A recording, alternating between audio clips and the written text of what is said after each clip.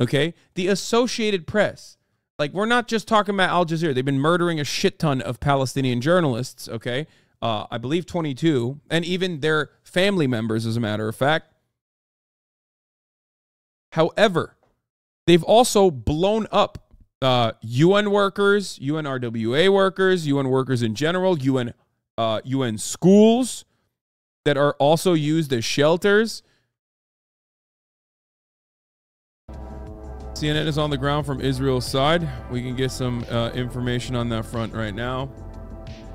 I think that just reinforces what the IDF have been warning the citizens here to be careful about, to stay close to their shelters, and it's indicative of the fact that the tempo of operations here is perhaps picking up. We've seen as well a couple of flares fired in the sky towards Gaza. We've seen those over recent nights, but again, you would expect flares to be fired close to or around troops in the field who want to get better visibility on what's the ground in front of them. It's illumination for troops in the field to see where the danger is, where the enemy may be hiding, Anderson. Yeah, Nick, I think it's important in situations like this to point out what we do not know. We heard from Rear Admiral Daniel Hagari, the IDF, a short time ago, saying that the ground operation in Gaza is expanding. We do not know to what extent is it expanding. As Nick said, flares over Gaza, in a certain part of Gaza, would perhaps indicate troops on the ground or movement on the ground in armored vehicles and tanks. We have seen over the last day or two some operations, some very limited incursions to, according to the IDF, eliminate any munitions that might be in border areas, and also any reconnaissance posts, and to sort of soften the ground and level the ground for the next phase. General Wesley Clark is also joining us. General Clark, as you see those flares being fired into the air over parts of Gaza and what you're hearing from the IDF, what do you make of what's going on? I think what we have here is what we would call a reconnaissance in force, Anderson. That is to say, it's a large force. It's going in. It's looking to probe the enemy's defenses, find out his reaction, collect intelligence, maybe take prisoners, maybe get into the tunnel complex, and it may or may not stay in. If they find that this is advantageous, no, man. If yesterday's operations, are any yesterday, the IDF sent in a tank column. Okay. They sent in a fucking tank column and basically busted through. The only thing that they did was, I think, like, before this time around here, we're live, by the way. Here you go. Post it. Let the people know I'm live.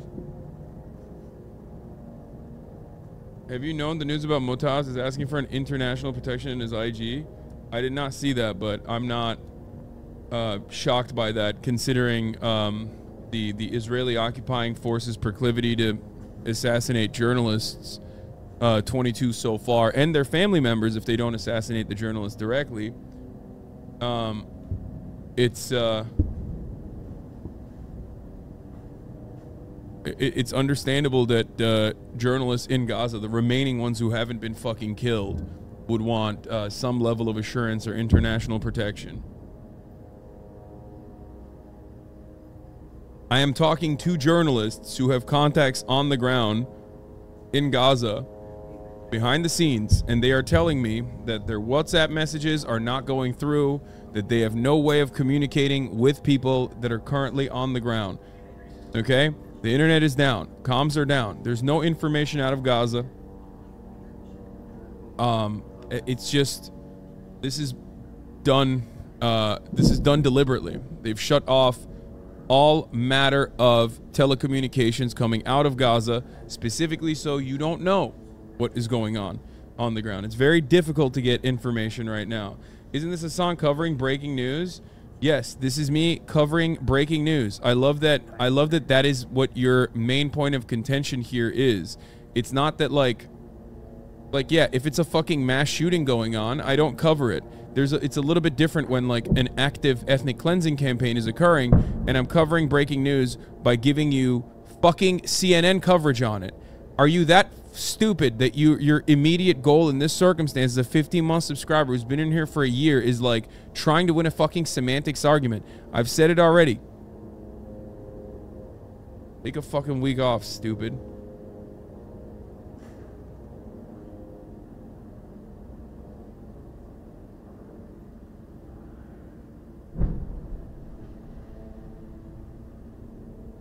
Like, I don't understand. There's obviously verifiable information from on the ground, okay?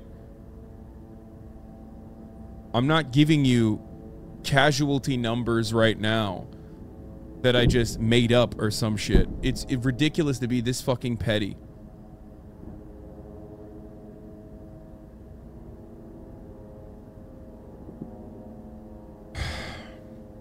I also told you I am talking to journalists with contacts on the fucking ground, okay?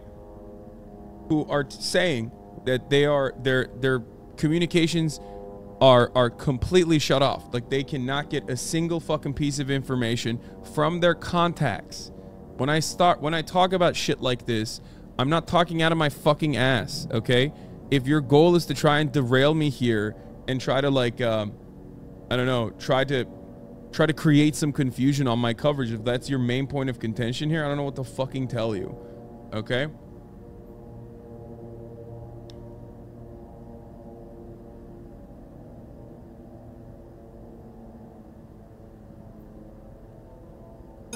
This. Nice. Okay. Here, let's go to Al Jazeera. It's their central command, the place where they make the big decisions, i.e. the headquarters of Hamas. And as you heard earlier from the hospital, they're saying that there's 60,000 people there. Well, you know, it's impossible to evacuate a hospital of that size that is the biggest and really probably one of the last remaining that can offer services to any of those Palestinians, especially those that took refuge from the north based on... Brother, you're an unserious person, and your goal in here is to like win a fucking online argument that you've created in your head. This is not like in normal circumstances, I shouldn't even dignify you with a response, but I'm going to repeat this one more time. The person that I gave a week off to also personally recognized that he was being an asshole before I fucking gave them a week off. You, on the other hand, here you go. You can take a full ban. There is no logic to like me giving you literal, like, verified information from reports, okay, on an active situation. It's insane. It's insane. Like, go fucking yell at CNN then, okay? Be like, wow, I can't believe CNN is reporting on this. I can't believe Al Jazeera is reporting on this. Here, there's a change in what we're seeing on the ground. It's not clear from what the army said whether that's going to be the next step. They have been saying that they're preparing for the next phase. He also said we call on residents of Gaza City to move south. Again, that's something we've been hearing often, that they plan to go into the north. They have sent foot soldiers. Very small groups have entered from time to time, potentially, possibly testing Hamas to see what kind of confrontation they're going to meet if they go in on the ground. Rob, Israel has an incredibly strong air force. From above, it's got US reinforcement that's providing a lot of those bombs that are being used, that are being dropped on Gaza. So we know that militarily it is strong because of the amount of aid. The biggest, largest amount of aid that the US provides is to Israel. Going in on foot is a completely different story, and certainly Hamas has this underground network of tunnels that Israel, despite surveillance, it seemed wasn't fully across. And the proof is in the fact that that attack happened on October the 7th and took it completely by surprise. I will say... the reports that... See, this is why I cover fucking breaking news sometimes, okay? This is one thing that I do all the time. Here's a good example. There are reports Israel's going to use nerve gas. No. Israel does violate international law by utilizing white phosphorus, for example. This is verified information from the Human Rights Watch. I wait when stuff like that comes out. I wait until there's a third-party verification. But no, the idea that they are going to be using nerve gas, American nerve gas especially, is wrong, is completely incorrect. That is Middle East Eye coverage that you read that you thought was 100% true. It's not. They already have incredibly evil methods of mass murder that they're utilizing. They do not have to use. You look at the bombs that are exploding right now on the Gaza skyline.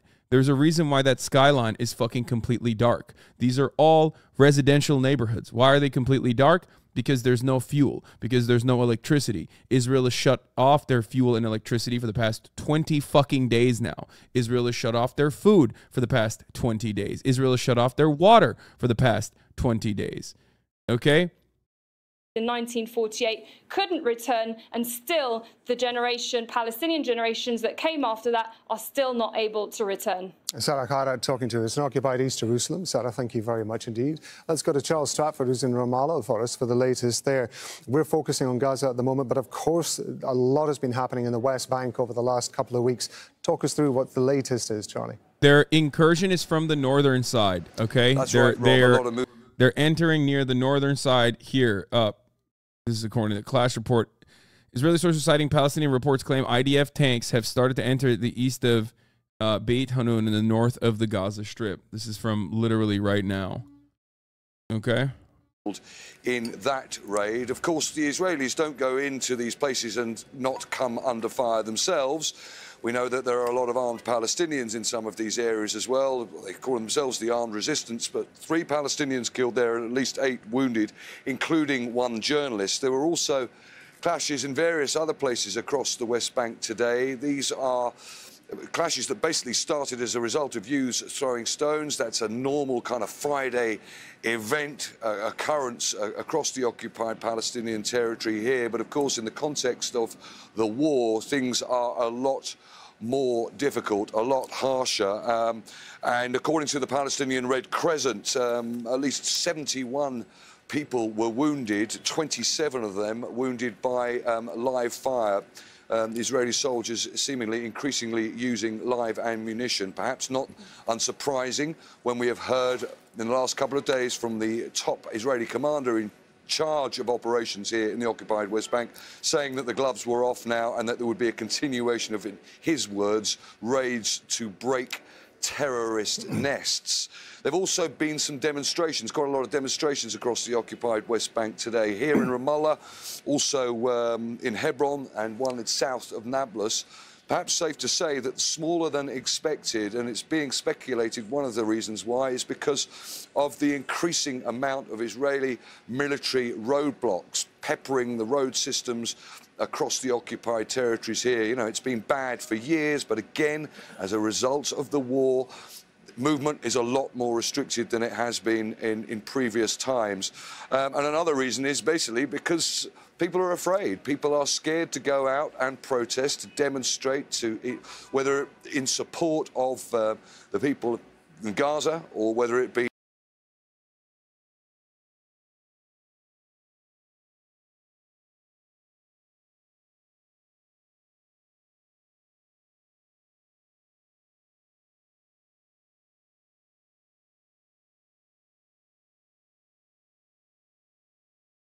Oh shit, I'm muted. I didn't realize I was muted this whole time. Fuck. Okay. I'm glad that they have footage on the Al Shifa hospital right now. I'm glad that they have cameras on the Al Shifa hospital right now because that's a genuine fear that I have. The IDF has called on the citizens of Gaza, the people of Gaza, to move south. Not that they're not going to bomb the southern positions. They have been, and they have consistently bombed civilian targets in southern positions this past week and even before. However, my major fear is the Al Shifa hospital. Why am I saying this? Well, because the IDF and even Benjamin Netanyahu released their like stupid ass, incredibly idiotic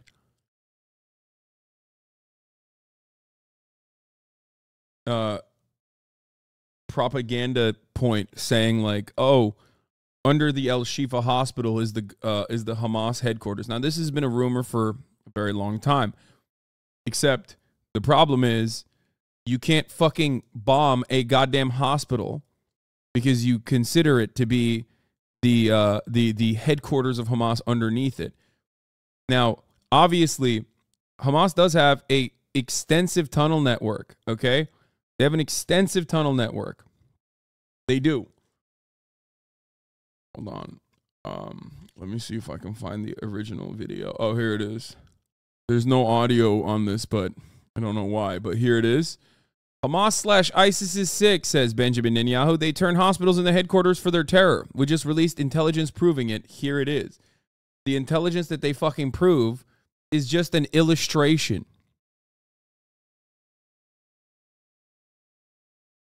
Intelligence-based illustration video regarding Hamas's use of the Shifa hospital, both above.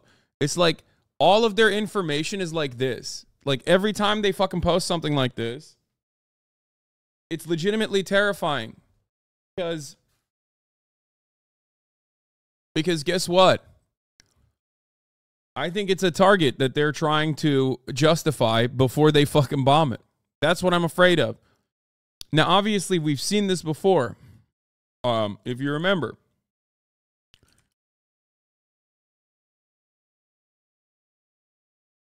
Here it is. Where's that famous the famous image? Does anyone have that famous image in the Al-Qaeda tunnel structure? Oh, here it is. Here it is.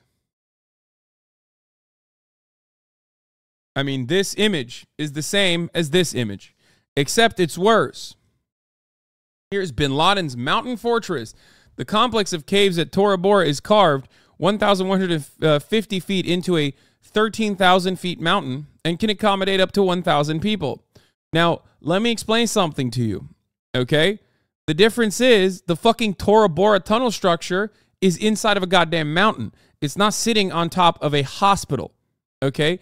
Obviously, this was completely made up and grossly exaggerated, okay? It's just fucking fan fiction. And the same exists for this, okay? Like, what are they? They got a conference room in here? They have a conference room in the fucking inside of the, a tunnel structure under the hospital. It's fucking ridiculous. Now, ultimately, the difference is you fucking toss a Moab in here, okay? It's one thing. It's a goddamn mountain.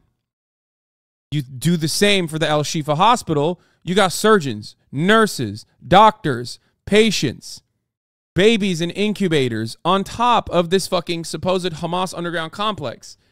That's why it is terrifying. Okay? That's why it's terrifying that they fucking drop this propaganda. Normally, in a situation like that, when Israel lies about a thing like this, you're like, oh fuck, they might bomb this place now. I feel like this is a pre-justification. Doctors Without Borders is also stationed at Shifa. Well, I mean, it doesn't matter. It doesn't matter. It does not matter because, one, Western forces have blown up Doctors Without Borders hospitals before. Look up Kunduz and Obama. Okay, that's number one. Number two, they've already blown up mainstream media positions. The Israeli government exploded a residential and business complex that housed the Associated Press office in Gaza, okay? The Associated Press.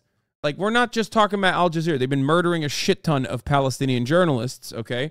I believe 22, and even their family members, as a matter of fact. However, they've also blown up UN workers, UNRWA workers, UN workers in general, UN schools that are also used as shelters.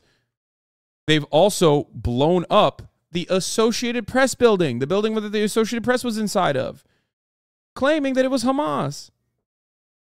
And they did it right in front of our eyes. So it's not like they're going to fucking stop themselves when they put forward a new target like this. It's terrifying.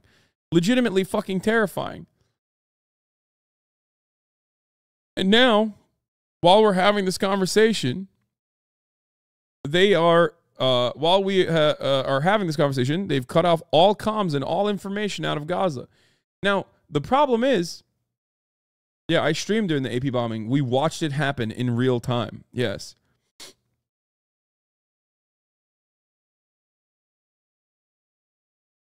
Shelter to whom? Hamas, maybe? Yeah, that's, I mean, I can't tell if you're like saying that as a joke or if you're being serious. Ultimately, though, yeah, Washington Post reporters cannot reach their colleagues in Gaza. Palestinian Red Crescent Society says it has lost contact with its medical teams. Shutting off comms. Okay. Wait, what the fuck? Why did that? So broken. Shutting off comms doesn't just like stop with us not knowing what the fuck is going on in the world. Okay. When you shut off comms internally inside of Gaza, now hospital workers can't communicate with one another. Ambulance services cannot go to the areas of need. How do I respond to my coworker saying Israel is not performing genocide because the Palestinian population has doubled since 2005? Disgusting take I had to listen to today. Yes, people in horrifying conditions actually have higher birth rates. It's ridiculous to claim. People think, okay, here's one thing I want to explain here. Okay, doing a genocide is not as easy as people think it is. It's not just like you turn on the fucking genocide switch and then people die. It's not that easy to kill people. Okay, that's why when hundreds of thousands of people die in one fucking act like Hiroshima and Nagasaki, okay, that's a devastating circumstance. That's like a uniquely evil moment in history. Okay. Other than that, it's not very easy to just like slaughter and butcher people, okay? Because guess what?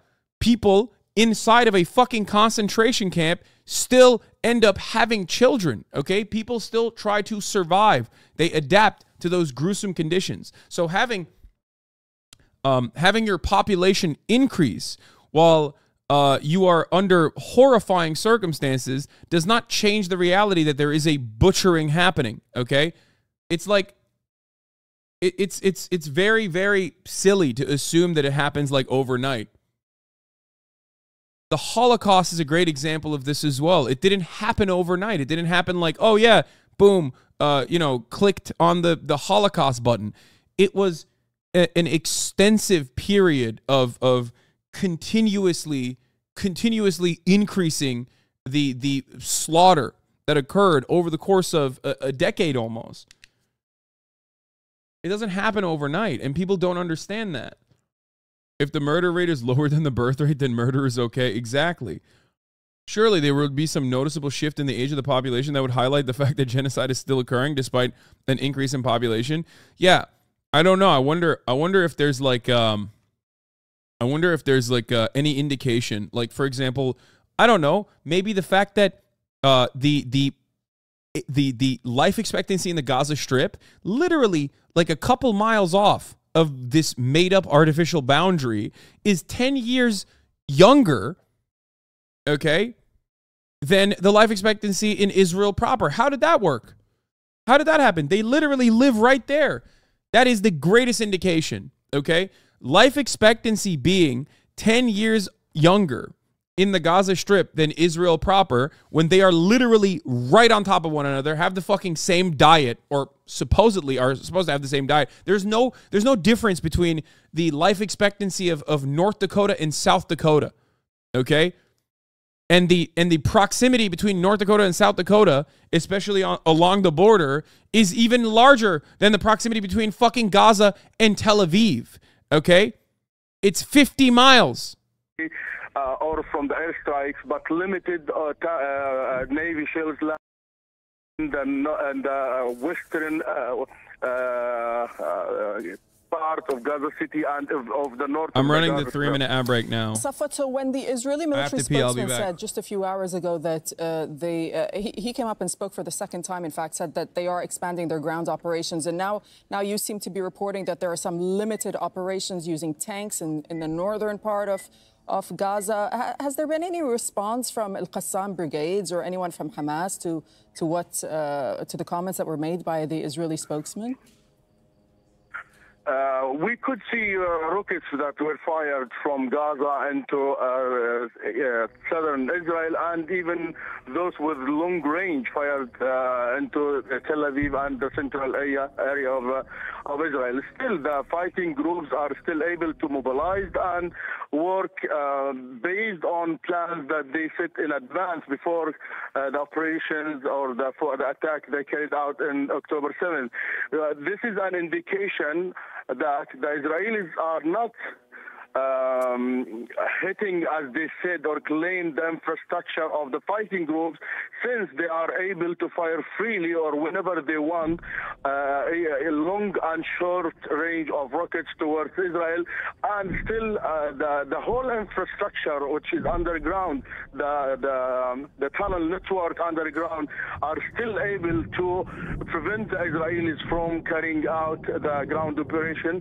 This means that the fighting groups are, or the infrastructure of the fighting groups are still strong, and that they can maneuver or can move and carry out their attacks whenever they want and the way they want. Safwat, while I have you with us, just update us on the situation with the telecommunications lines, because we understand that people are disconnected from each other, and certainly they seem to be disconnected from the outside world. Well, this point touched everybody in the Gaza Strip, because more than 1.5 million of the population of Gaza have been moved from south to north and from north to south to seeking a shelter or seeking a safer place. So in the last 3 hours, people are unable to communicate or to stay in touch with their relatives, their parents, or their sons, especially after every explosion, as they are used to doing during the 3 weeks of Israeli war. Now there is fear. I think even our colleague Tarek, who is now staying 20 kilometers from his family, I believe, as a father, he is very much worried. I have been receiving also calls from people who are living in Europe or abroad, and their families are staying in Gaza, and could stay in touch with them and to make sure that they are still alive. And now people say we are still alive. Nobody says we are fine or we are good. So there is fear that this is a preparation for something bigger, but there is nobody knows what is this operation, or the big operation, or what is this bigger thing that's coming up. So the coming hours are important here for the Palestinians in Gaza to understand what the Israelis are preparing. From our experience, two options: either ground operation will start soon, or there is the negotiations that started for the prisoner swap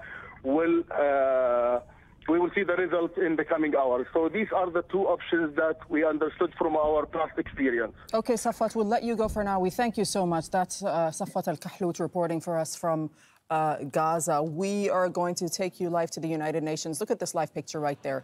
So the UN General Assembly is due to vote on a resolution, and this resolution calls for a humanitarian truce in Gaza, which would They can't even say ceasefire, so now they're calling it a humanitarian pause. Israel and Hamas. So what we understand is going to happen is that there's going to be a first vote, in fact, on an amendment that Canada and the U.S. had wanted to add the word, quote, Hamas to the first on the amendment, and then the resolution will For the record, the reason why... So once the voting begins, we will cross back to the United Nations. The reason why they want to add Hamas, the reason why they want to add Hamas, and Israel wants to add Hamas, but other nations don't, is because the victims overwhelmingly are not Hamas. The victims overwhelmingly are Palestinian civilians. This distinction must be made by the Western world to actively aid and abet in the ethnic cleansing campaign that Israel is currently engaging in. Okay? You got the condemnations for Hamas, so now you can say, oh, well, we're fighting Hamas. That's why all of the media covers this as not an Israel versus Palestinian affair, not as ethnic cleansing happening to Palestinians under an apartheid regime, which, by the way, both of those factors they regularly recognize under different circumstances, but that this is Israel versus Hamas. It is not Israel versus Hamas. It is simply a justification for their ethnic cleansing campaign. That's it. 3,000 children have been slaughtered by Israel since October 7th. Those kids are not Hamas. Okay? Without a fundamental change, the people of Gaza will face an unprecedented avalanche of human suffering. Everyone must assume their responsibilities. This is a moment of truth. History will judge us.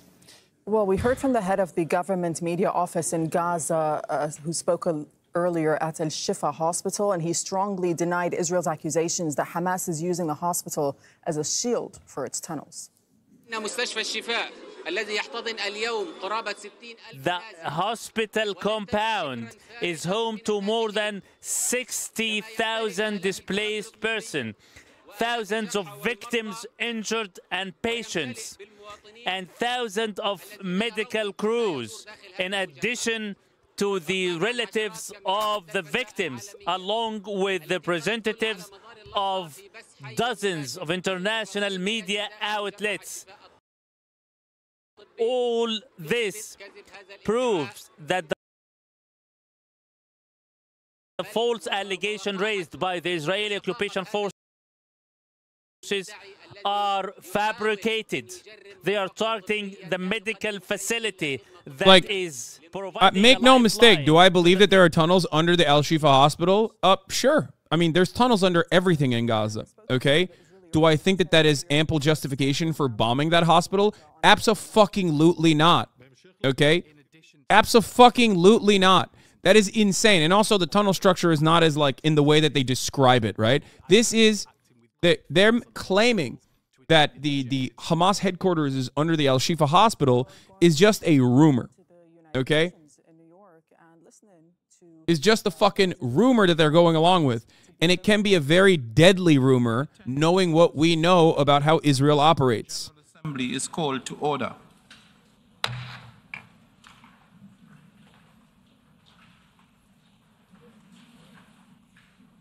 The General Assembly will resume its consideration of Agenda Item 5, entitled Illegal Israeli Actions in Occupied East Jerusalem. I'm a Canadian Israeli citizen. I volunteered for Doctors Without Borders in 2014 for 60 days in Gaza. The doctor that I worked with was confirmed in one of the Israeli bombings. I'm going to cry for the rest of the day. Thank you for doing your work. Sorry for your loss, my friend. On agenda item this afternoon, the Assembly shall now proceed to consider draft resolution A/ES10/L25 and amendment A/ES10/L26. Before proceeding further, I would like to inform members that the draft resolution and the draft amendment have closed for e-sponsorship. I now give the floor to the representative of the Secretariat. Thank you, Mr. President. Before the President gives the floor for explanations of vote before the vote, I should like to announce additional co-sponsors of both the two L documents. First, on L26. Since the submission of the draft resolution and in addition to the delegations listed on the L document, the foreign countries have also become co-sponsors of A/ES10/L25.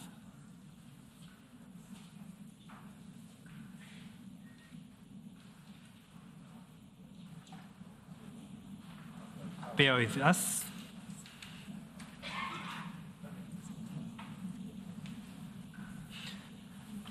Austria, Belgium, Bulgaria.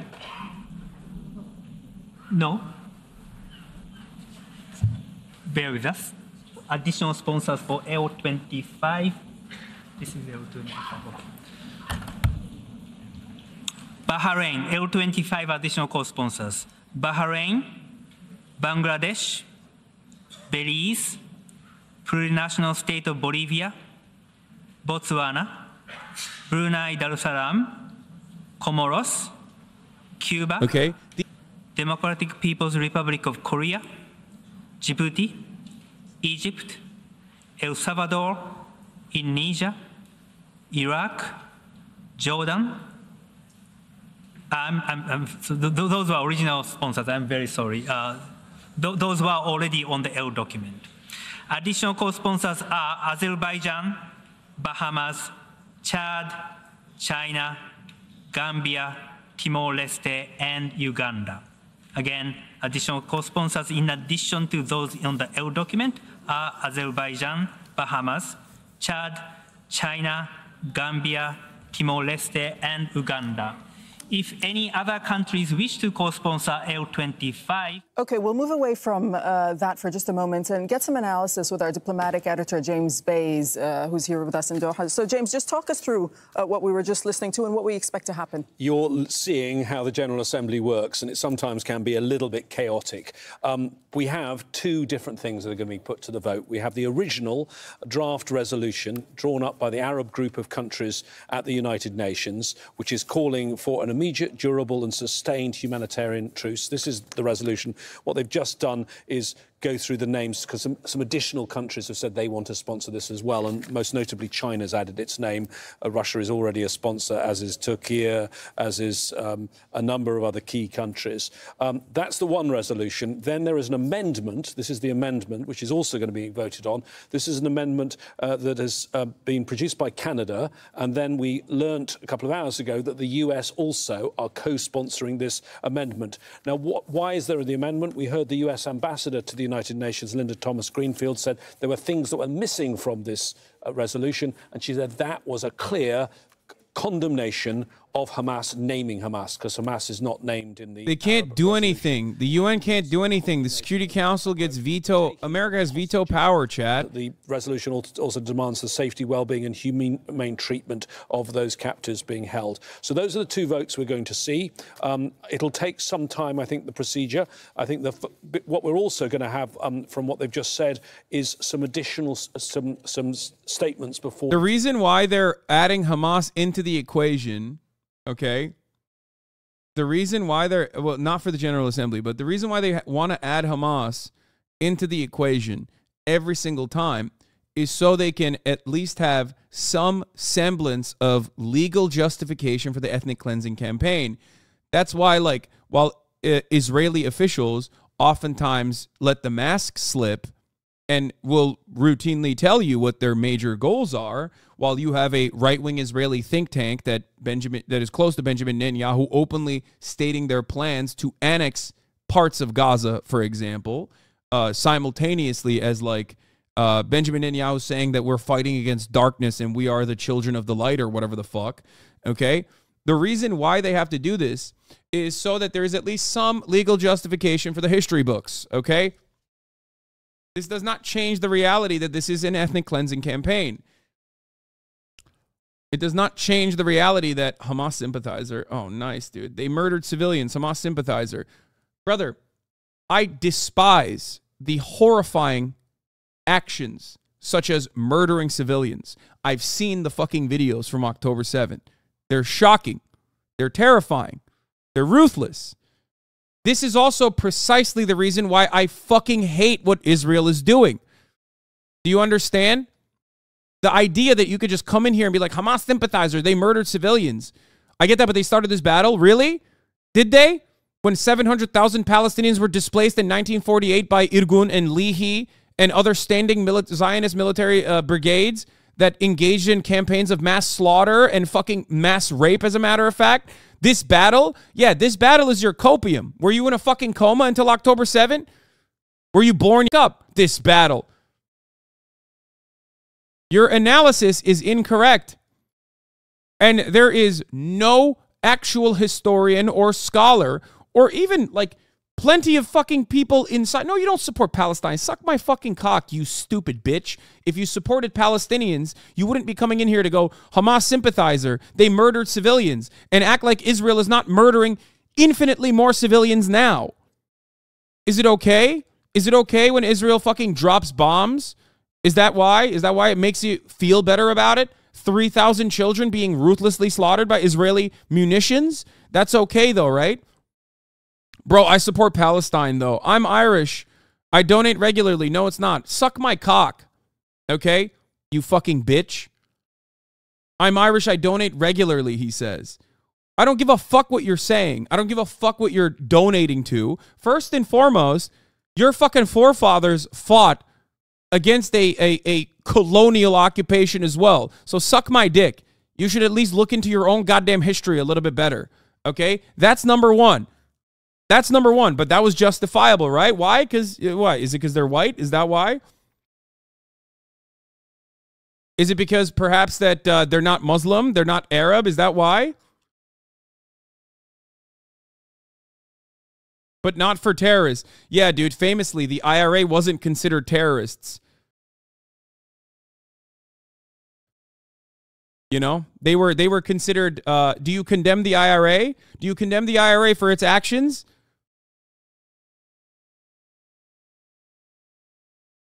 Fucking idiot. Unless he's from Northern Ireland. Yeah, I feel like, yeah. The conversation is so silly. You go, Hamas sympathizer, they murdered civilians. It's disgusting. Yeah, they did, but not for terrorists. IRA plus Confederates? So how do you think, wait, how do you think that that Ireland was liberated? How was it supposed to? What? Oh, you do not support the IRA. Wait, you're from, are you?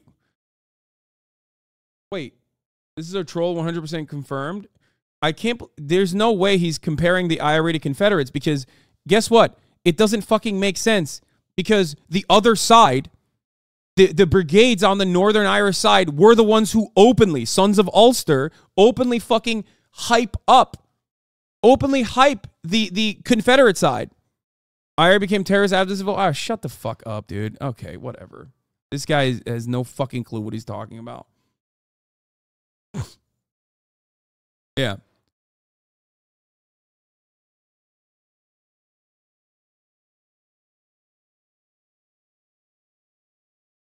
Get the fuck out of here. Notice how he said you're a Hamas sympathizer without even fucking questioning what my perspective on the matter is.